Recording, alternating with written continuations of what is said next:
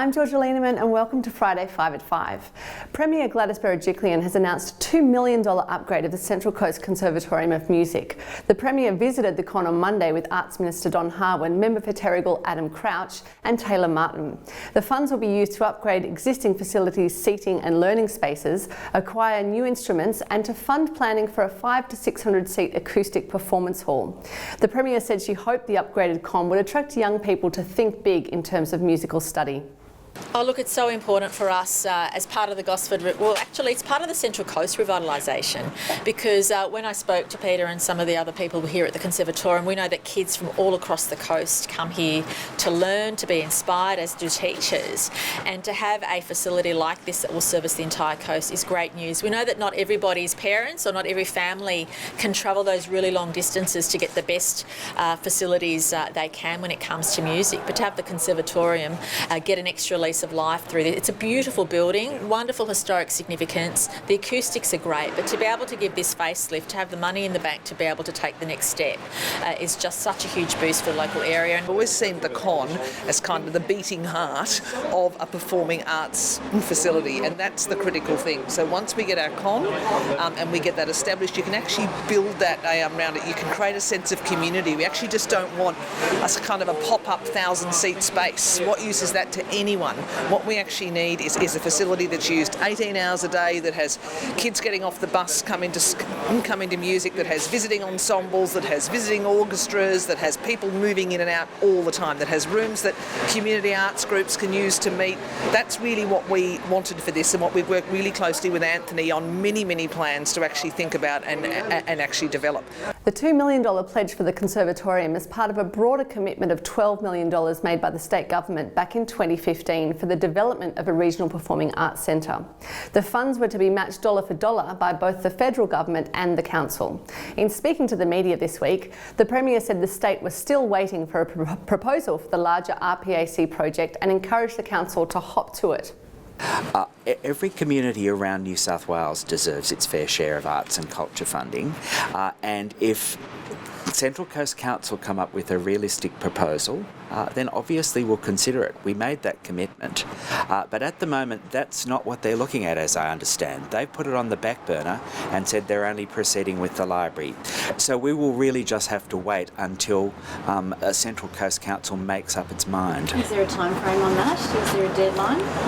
Well, we would like them to do it as quickly as they can, but we've set no formal deadline. Can I just send a message to council? Hop to it. It won't be the first. It won't be the first occasion you've handed money back, and that's not good for the local community. The council needs to get its act together. Here is a state government willing to work with them to give facilities like the Performing Arts Centre, like other programs up and running on the coast. We have a sense of urgency about us. This is the time to really develop the coast in all parts of society, and we need the council to be more responsive. They can't keep sitting on their hands and not doing the work that's required, because we want to get ahead and we want to work with them. So I say to council, hop to it, get your act together so that we can see greater benefits here locally, because when councils and state government work together, real magic can happen. The first images of the $400 million Archbold development in Gosford Town Centre have been released. The transformational project, to be built on the corner of Mann and Donaldson Streets, will feature two 25-storey residential towers with 300 apartments, a world-class hotel, rooftop bar, restaurants and shops.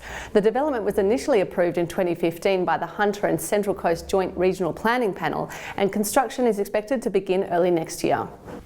Midwives at Gosford and Wyong hospitals were advised this week that several staff will be cut and the duration of some shifts extended. Staff said they first heard of the cuts via a radio interview by Central Coast Local Area Health District Chief Executive Andrew Montague, and challenged the premise of the decision, including that it was too difficult to find new staff.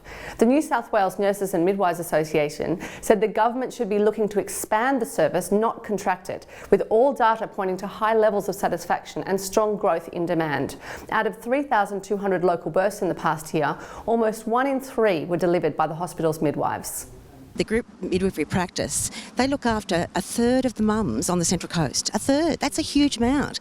So that's not insignificant, which is what we were led to believe in the interview that we heard the other day, which I thought was very sad. You know, being pregnant, having a baby is an exciting time, and if you have a good rapport with your midwife, it lessens the fear and the anxiety. That's better for mum, it's better for baby, it's better for the family, and ultimately even the breastfeeding stats are so much better after a healthy, happy delivery. You can't go wrong with something like this. I just find it incredible that staff cuts seem to be the most important thing here, not the service to the community. So they're cutting 2 to 3 midwives from this service for a service that's already booked out for the next season. And you can imagine that the impact that has on mums is that they're not receiving that one-to-one care with the midwife that is just so valuable, that carries you throughout pregnancy and ensures that you've got the best chance possible, you know, with your pregnancy and with the birth of your child. And the long-awaited Koori Knockout Carnival kicked off today at the Central Coast Regional Sports and Recreation Complex in Tuggerah.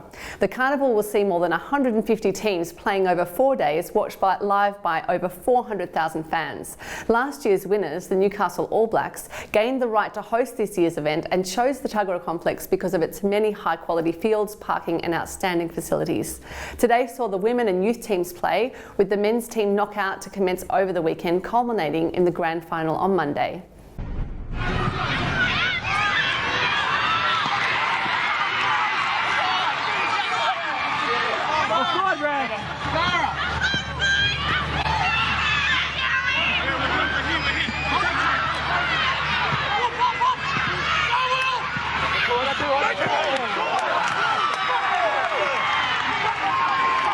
And we'll bring you all the results of the knockout next week. In other sports news, the Central Coast Mariners' dreams of FFA Cup glory were dashed at the Central Coast Stadium on Tuesday night following a 2-1 loss to Adelaide United. The Mariners took the lead in the second half with a stunning goal from Jack Clisby, but a controversial red card to Mariners skipper Matt Simon left the Mariners with just 10 players for the final 20 minutes. Adelaide took the opportunity to score 2 goals, with the last one, Riley McGree, coming in at the 90th minute. Rounded. He does, you know, and Simon over the top of Richards all the way through to Murray, now to Silva, and Murray can dink it back post. Silvera! Oh, headed onto the bar. In 10 days' time. Great looking ball in and all the way through from Jack Clisby. The Mariners do lead at home in the semi-final. Simon, oh look out, he's off. The referee didn't like the way he went up against Elsie there. And taking on all comers. Mili Uznic, great cutback, big chance here. Immediately, the equaliser comes. Behind Jurich goes Riley McGree. Adelaide United, they are the cup specialists, and they're surely... The Entrance Tigers have been crowned this year's Rugby League first grade premiers after taking down the Warangaroos in a 16-14 thriller. The win sees the Tigers retain back-to-back premierships, and Tigers captain Matt Killick was named man of the match. Tackle here for the Tigers. Killick, Pearsall, through the hands to Grant Nelson. Oh. He slices through, and Grant Nelson will run it around under the black dot. Chant coming across. See, goes to Lottie. Lottie for the line. The Wangatabu's there. Jack Lottie's got over. Jack Lottie's got it down. Out of nowhere, the Roos strike back. The entrance scrambling here. Can they hold on? Comes to Sharp. Sharp with a kick in behind. There's the half-time zone. They picked up on Sharp. Try to Sharp. Luke Sharp scores on half-time. Last tackle here for the Tigers. Comes to Pearsall. Pearsall puts it on the toe. It'll be 6 again, says the referee. They've got the numbers. They've got numbers out there on the right-hand side. McCutton goes through. McCutton scores a try. Tackle.